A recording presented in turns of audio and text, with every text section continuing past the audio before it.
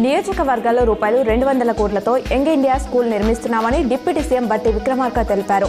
2600 మంది విద్యార్థులు ఒకే దగ్గర ఉండేలా ఒకే స్కూల్ను 25 ఎకరాల్లో నిర్మిస్తున్నాం.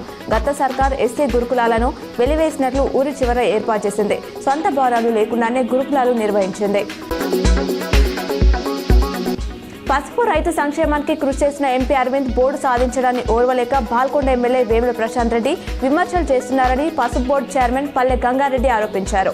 ఆయన జిల్లా బీజేపీ కార్యాలయంలో మాట్లాడుతూ 2019 ఎన్నికల నాటి నుంచి అరవింద్ పసుపు రైతుల ధ్యేయంగా పసుపు బోర్డు సాధించే సంకల్పంతో ప్రతిరోజు శ్రమించారని అన్నారు.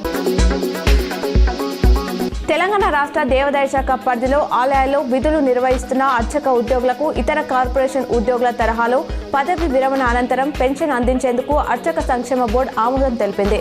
బుధవారం అర్చక సంక్షేమ బోర్డు చైర్మన్ నవీన్ మిట్టాల్ నేతృత్వంలో జరిగిన సమావేశంలో ఈ మేరకు నిర్ణయం తీసుకున్నారు.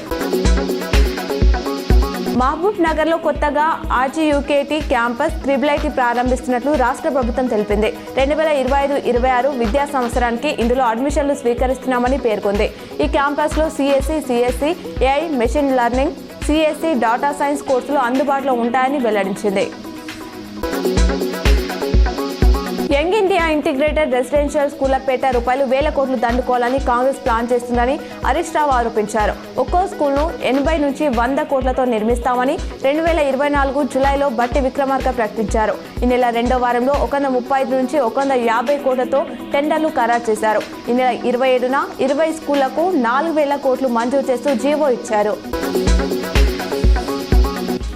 2 నెలలుగా అకాల వర్షాలతో నష్టపోయిన పంటలకు రాష్ట్ర ప్రభుత్వం 51 కోట్ల పరిహారాన్ని విడుదల చేసింది. 2 నెలల్లో 29 జిల్లాలో 41,361 రైతులు 5,528 ఎకరాల్లో పంట నష్టపోయినట్లు అధికారులు ప్రభుత్వానికి నివేదిక అందించారు. మే నెలలో జరిగిన నష్టంపైన నివేదికను సమర్పించగా ఇందుకు సంబంధించిన నిధులను త్వరలో విడుదల చేస్తామని మంత్రి తుమ్మల తెలిపారు.